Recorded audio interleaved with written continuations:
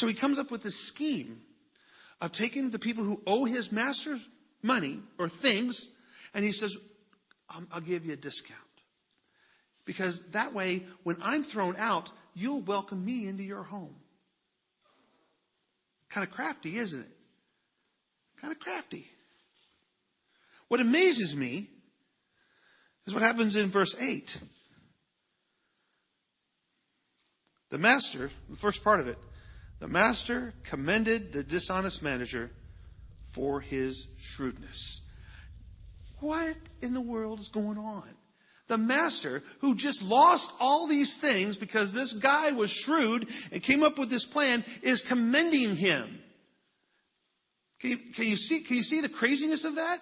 But you got to understand what he's commending him for. He's not commending him for lying.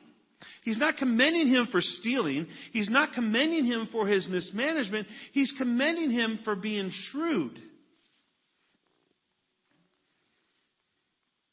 He's praising him for acting shrewdly. Now, we got to understand what the term shrewd means. Because it's not a word we hear very often. Shrewd, according to Webster's, is having or showing an ability to understand things and to make good judgments. Mentally sharp or clever. This man was shrewd. Now, I want to make sure you understand that this whole idea of making good judgments is not about morals. Okay? This isn't saying that understand things and make holy judgments. Make good judgments based upon the world and the way the world looks at things. There's a difference between this kind of shrewdness and the kind of shrewdness in Scripture. We started a men's group this last year called the Men of Issachar. And if you go to 1 Chronicles 12:32, and it's going to be up on the screen, this is what it says about the men of Issachar.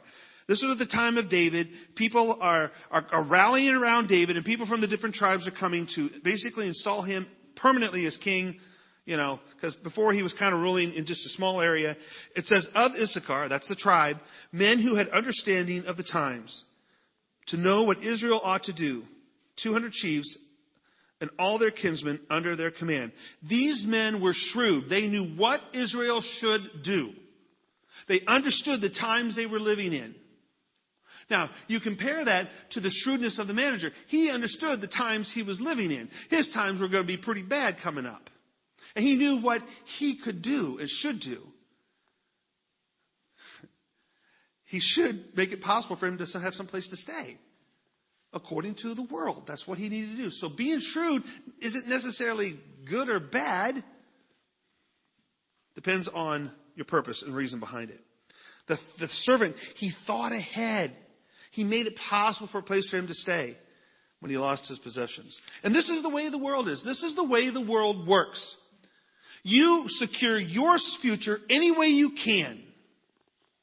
Any way you can. Any way you can possibly secure your future, you try. And the system will commend you for it.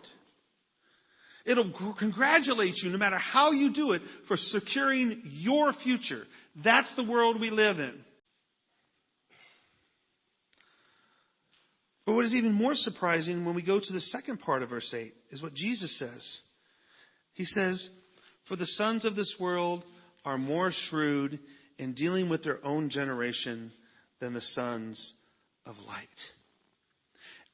It almost sounds like Jesus is commending the shrewd manager. He's saying, people of this world, they're shrewd. They are more shrewd than we are. Now, remember, shrewdness is not holy or unholy. What Jesus is saying is that we are not shrewd as believers. We are not shrewd, and we'll find out we're not shrewd enough. And be careful. I'm not saying we need to do what the world does. There's a different way of looking at this, and we'll get to that here in a second.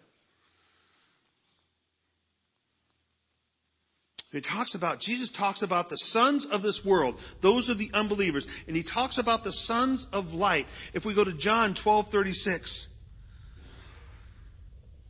Jesus says, while you have the light, while we have Jesus, believe in it. Believe in Jesus while you have him, so that you may become the sons of light. We are believers in Jesus Christ. We are sons and daughters of light. So Jesus is saying, the world is shrewd, sons of light are not. But don't do what they do. We are to act shrewdly in divine matters, just as the world acts shrewdly in temporal matters.